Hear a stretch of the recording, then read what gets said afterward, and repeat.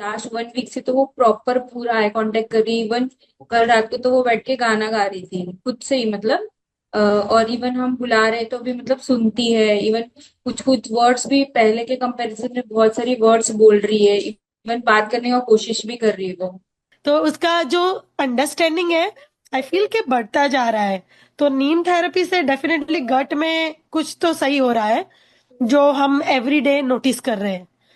अभी आपने देखा, ये हमारे पेरेंट्स ऑटिज्म और एडीएचडी किड्स के पेरेंट्स, और इन्होंने कैन प्रोटोकॉल फॉलो किया, यानी कि cure autism now protocol follow करते ही इनमें बच्चों में फर्क दिखना शुरू हो गया।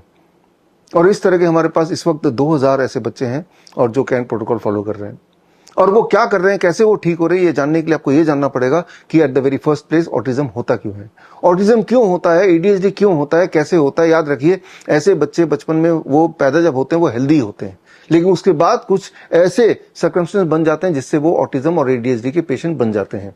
तो कौन कौन से फैक्टर्स हैं जिससे एक हेल्दी बच्चा कन्वर्ट हो जाता है into autism and ADHD children, इसको समझने के लिए, उसके 5 फैक्टर को समझने के लिए आप ये मॉडल, ऑटिज्म का एडीएचडी का मॉडल देखिए, इसके माध्यम से समझाता हूं। सबसे बड़ा फैक्टर और सबसे एविडेंस बेस्ड फैक्टर है, दैट इज द वैक्सीन। बचपन में लगाई गई जो वैक्सीन हैं, वो वैक्सीन एक बड़ा कारण है। वैक्सीन क्या करता है, वो गट ब्रेन एक्सिस को पूरी तरह डिस्ट्रॉय कर देता है, जो 2 वे कम्युनिकेशन है उसको खत्म कर देता है। और उसके बाद जो सबसे बड़ा दूसरा कारण है, दैट इज ड्रग्स। छोटे बच्चों को जो दवाइयां दी जाती हैं, एंटीपायरेटिक, एंटीवायरल, एंटीबायोटिक, और जिससे कुछ बच्चों में उनका जो गट माइक्रोबायोटा है वो डिस्टर्ब हो जाता है, and that led to the further complication. तीसरा जो सबसे बड़ा फैक्टर है, दैट इज इलेक्ट्रोमैग्नेटिक फील्ड।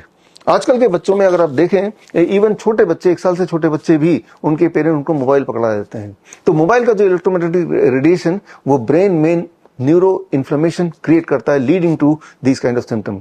चौथा जो सबसे बड़ा फैक्टर है, that is animal protein casein and plant protein gluten, यानी कि गेहूं।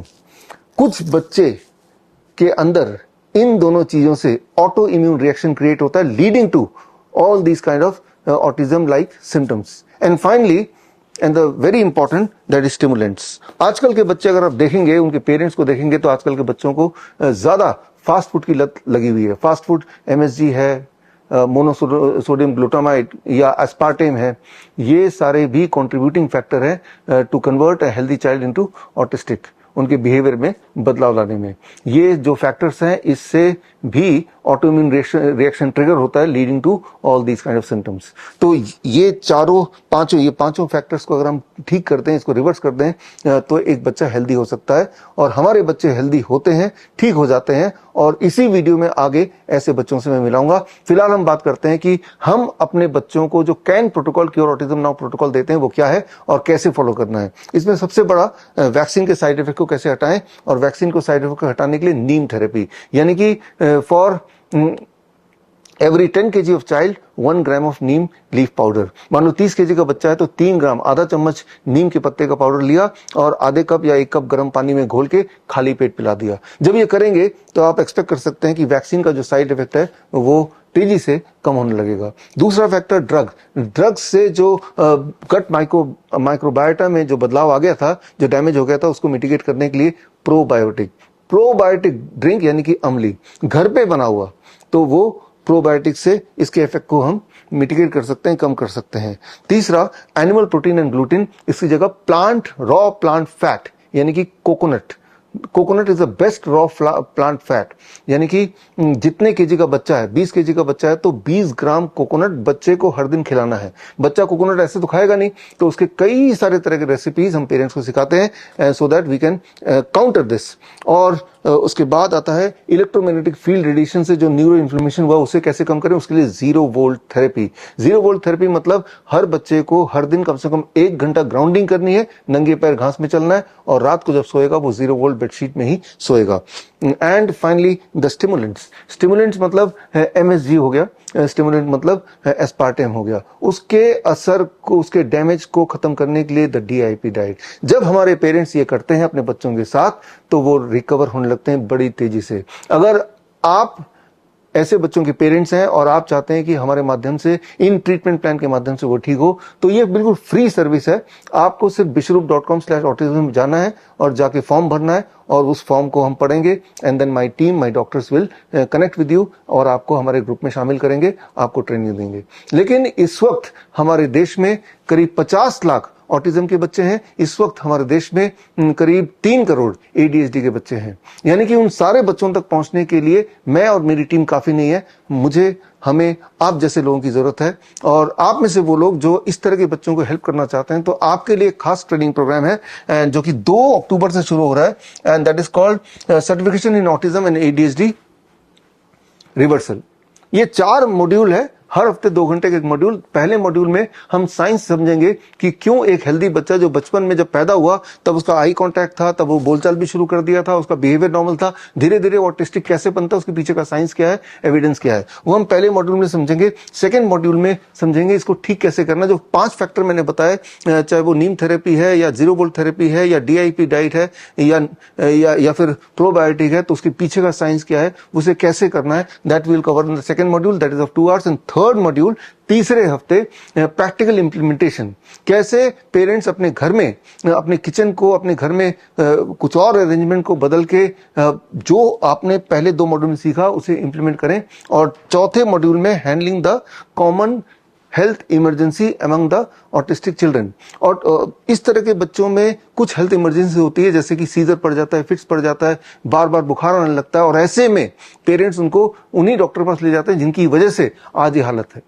और अक्सर पेरेंट्स से बोलते हैं उसके बाद हालत और गंभीर हो जाती है, बच्चा रिकवर करने में और टाइम लगाता है। जबकि ऐसे इमरजेंसी सिचुएशन को आप घर पर ही स्पेशल प्रोटोकॉल से हैंडल कर सकते हैं, रिवाइव कर सकते हैं। तो ये स्पेशल ट्रेनिंग आपको 4th मॉड्यूल में मिलेगा। और साथ में ये किताब है, that is cure autism now. ये किताब की ऑफिशियल लॉन्चिंग तो वैसे 30 नवंबर को होगी, राजीव दीक्षित जयंती के दिन। और उसी दिन जो पास आउट है, ये 1 महीने की ट्रेनिंग का, इस पास आउट स्टूडेंट्स का कॉन्वोकेशन भी होगा दिल्ली में। तो खैर, इसी वीडियो में आगे मिलते हैं ऐसे और कुछ पेरेंट्स से जिनके बच्चों पर उन्होंने ये प्रोटोकॉल फॉलो किए। देखते हैं उनकी रिकवरी कैसी चल रही है। All the best, thank you, जय हिंद। मैंने काफ़ी चेंजेस देखा है, जैसे उसका अग्रेशन काफ़ी कम हो गया है। पहले छोटी छोटी बातों पे बहुत गुस्सा करती थी, वो चीज़ काफ़ी कम हो गया है। उसके इमोशंस डेवलप होने शुरू हो गए हैं। इससे जो अटेंशन है वो काफ़ी हद तक इम्प्रूव लग रही है हमें, थोड़ी बहुत पहले से ना। तो जैसे वर्ड रिस्पॉन्स हो गया इसका, वो काफ़ी अच्छा दे रही है अभी, थोड़ा बहुत सुनती है मतलब बात को। आई कॉन्टैक्ट भी इसका काफ़ी अच्छा हो गया पहले से, हमारे वर्ड्स पे रिस्पॉन्स करती है थोड़ा सा आगे से। 1 2 3 4 up 5 6 7 8 up 9 10. After following your neem therapy guidelines, we have observed that his hyperactivity has decreased significantly. थोड़ा थोड़ा मैं बात जो बोलती हूँ सुनती है, उसको बहुत सारा सा बिहेवियर का इशू था मैम, वो थोड़ा थोड़ा करके काम हो रहा है, उसको आई कांटेक्ट भी अच्छा हो रहा है। जब से हमने नीम थेरेपी शुरू करी है, आज 15 दिन हो गए हैं, थोड़ा हाइपर कम हुआ है अब पहले से, और आई कांटेक्ट भी थोड़ा इम्प्रूव हुआ है। हमने मैम जब से नीम थेरेपी और अमली स्टार्ट की है, तब से समृद्ध के अंदर हाइपर एक्टिविटी रिड्यूस हुई है और आई कांटेक्ट इनका अच्छा हुआ है, और भी काफ़ी चीज़ें बिहेवियर में भी थोड़ा चेंजेस हमने देखा है। हर टाइम वो जंपिंग वगैरह करते रहता था, लेकिन वो भी बहुत हद तक कम हो गया, एक जगह बैठता है। स्लीप भी नॉर्मल हो गया है, और कुछ बेड वेटिंग्स का भी इश्यूज था उसका, जो धीरे धीरे कम हो रहा है अभी। और अभी सोशलाइजेशन पे वो थोड़ा मतलब आगे बढ़ रहा है। और पहले तो वो अपने बहन के साथ नहीं खेलता था, सो अभी वो थोड़ा थोड़ा इन्वॉल्व होने लगा है एंड वो एंजॉय कर रहा है अब इस चीज़ को लेके। हाइपर एक्टिविटी की बात करें तो वो भी थोड़ा थोड़ा कम हो रहा है। बहुत इम्प्रूवमेंट मिला है मुझे सर, और जो बैठे बैठे साउंड्स निकालता रहता था वो साउंड्स कम हुए हैं, अटेंशन बढ़ी है, लॉसनेस कम हुई है उसकी। मैं आपके साथ अराउंड 1 वीक से जुड़ी हुई हूँ, and we are following the DIP diet, 0 word therapy and neem therapy, and we are noticing some improvement in my daughter.